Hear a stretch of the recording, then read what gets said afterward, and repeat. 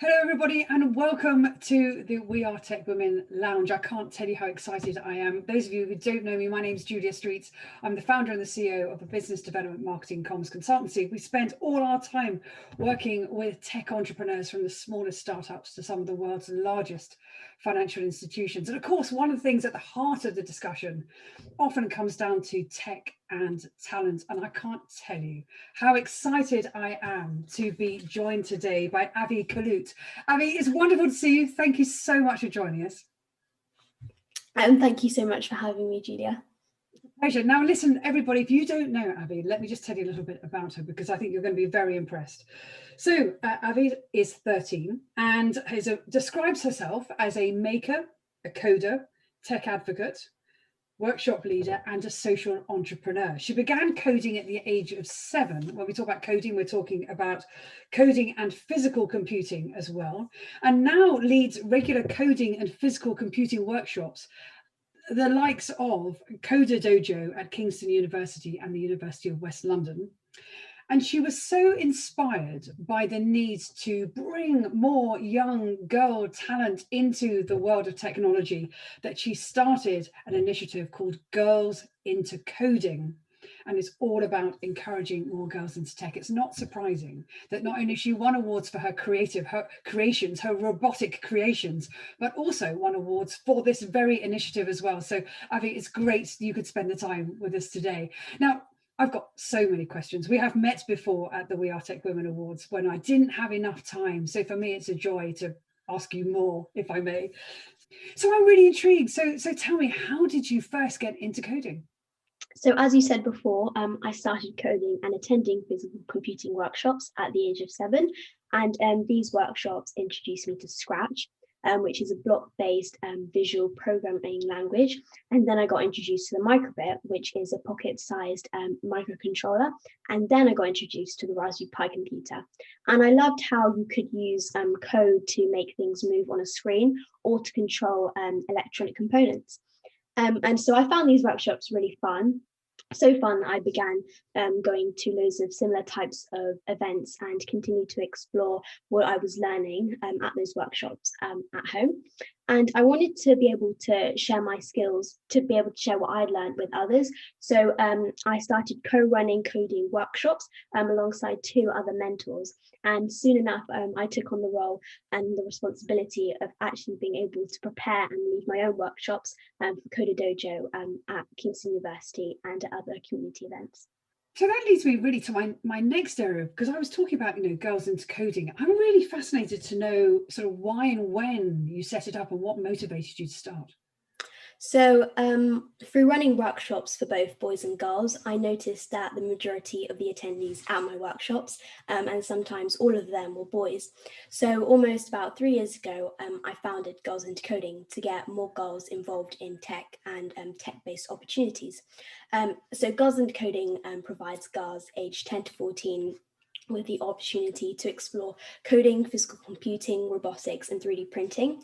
And the events are free to attend. And with the help of my mum, I reach out to other women and girls doing cool things in the world of STEM. And I invite them to give lightning talks at my events. So tell me how it's gone. Tell us about some of the successful achievements. So at my very first Girls into Coding, events, we started with around 15 girls, and now we've reached around 30 to 35 girls each event, which for us is a really big step up, and we're really glad that we're able to engage more girls and be able to deliver that opportunity to more girls. And also with our virtual Girls into Coding events, we're now able to go global. So we've actually had girls from the USA, Canada, India, Singapore, Kenya, Senegal, Spain, France, Ireland, and of course England who have joined us. And with our hands-on activities, we have inspired lots of girls to continue to explore robotics and physical computing at home. And I feel that the girls have become more confident, and we're really happy to see them coming back to more events and trying out some of the other workshops that we have to offer. And also something I'm really happy to see is that when the speakers are delivering their lightning talks, at the end there's always a little opportunity for the girls to ask questions, and we're now seeing more and more girls stepping up, and their confidence is boosting and they're able to ask some of the questions by themselves to the speakers, and that's always really nice to see them engaging further in the workshop.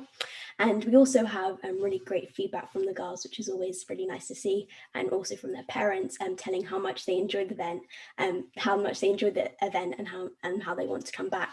And those are some of the, I guess, highlights of what our feedback and what the girls have told us. So really, then my next question is, when you think about the community who's watching today, we can make some very easy assumptions about what it is we think is going to inspire more girls into technology. And I suppose my question for you is, what's your message to the tech community about, what should we be paying attention to in order to inspire more girls?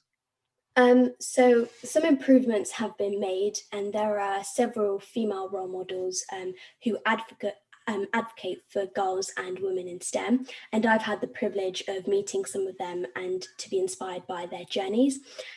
However, girls and women are still underrepresented in STEM, and it's still a male-dominated area, and I think we need to strive to be able to make those numbers equal, which is why it's important that we all work together to create an environment where women and girls feel equally valued and have like an equal sense of belonging in the world of STEM. And I think tech communities and businesses can support organisations that are working towards creating opportunities for girls by highlighting the involvement and achievements of females who are doing this and who are already established in the tech world. And also, I think there should be more workshops and events that highlight a range of tech jobs and to kind of encourage and inspire and show girls what they can be in the future. And also, I think schools should also work on correcting negative perceptions that girls might have about coding and technology at a young age, as this could lead them to embrace maths and science and technology when they reach high school, rather than trying to avoid those kind of subjects. Amazing. I've been scribbling like crazy while you've been talking, because there's some really, really big things that come out of there, not only in terms of adjusting some of those misperceptions that exist that, tech is for boys, which is quite often ingrained in us from the moment we were born, right the way through to thinking about workshops, thinking about role models and highlighting successful jobs. And I particularly love your comment about tech and business need to really, really work together in order to create greater equality. So thank you so much for your thoughts of that. I know this community quite well, and I think they will not only have really appreciated the thoughtfulness of your points, but also be taking those on board and call out to the audience, focusing on those key areas that Avye'e was talking about. So thank you for that. It's really, really helpful to hear. Now, let me ask you another question. Who inspires you? I mean, I imagine, by the way, you're going to say your mum, so we'll take that as read. Who inspires you in the tech world? So in the tech world, there are lots of people I consider as role models, and that inspire me.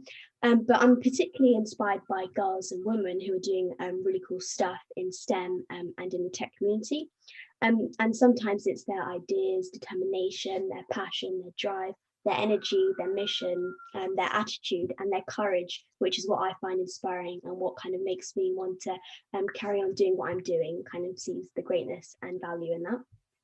Well, they sound like the attributes of a number of people I know, and your courage point is very interesting as well, because it's about kind of the relentlessness of stepping forward and tackling things that are often quite difficult as well. So it's wonderful to hear that. So look, I'm intrigued. I mean, you've got so much going on. I talked in your introduction about your coding camps, and then obviously talking about girls into coding as well. So what's coming up for you? I'd love to hear actually what's coming up for you and what's coming up for girls into coding. Let's start with girls into coding.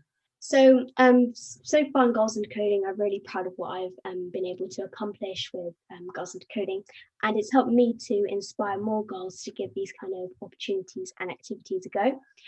So through Girls into Coding, my aim is to reach at least 1,000 girls a year with these hands-on opportunities, And I'm really excited to see more girls engaging with STEM activities. And I feel really humbled to see that Girls into Coding is having a positive impact on many of the girls who attend the workshops. And as well as that, I'm also always working on developing my robots for my hands-on robotic-based workshops. And at the moment, I'm working on a project that involves artificial intelligence and machine learning. Amazing. This sounds absolutely amazing. And I love the fact that actually, for me, what I really take away from this conversation is you're right to be proud. You are so right to be proud. I mean, your work is amazing. It's something on the side of all your studies, everything you're doing with your family, the fact that you're so committed to it, you're inspired and you're committed to it, and actually you have great aspiration for the future. So the first thing I want to say is you're right to be proud, and we're very proud to have had you take the time with us today and to be able to feature your work in We Are Tech Women. But then the other thing is also your beautiful humility as well. They're recognizing that, of course, we can't do this on our own. You talked earlier about the collaboration between tech and business, but also it's wonderful how you're inspiring others to step up as well. Avye'e, it's been just such a joy to talk to you today. Thank you so much for joining us. And to everybody who's tuned in on We Are Tech Women, welcome to this incredible conference. I hope you've enjoyed this discussion as much as I have, and thank you for watching.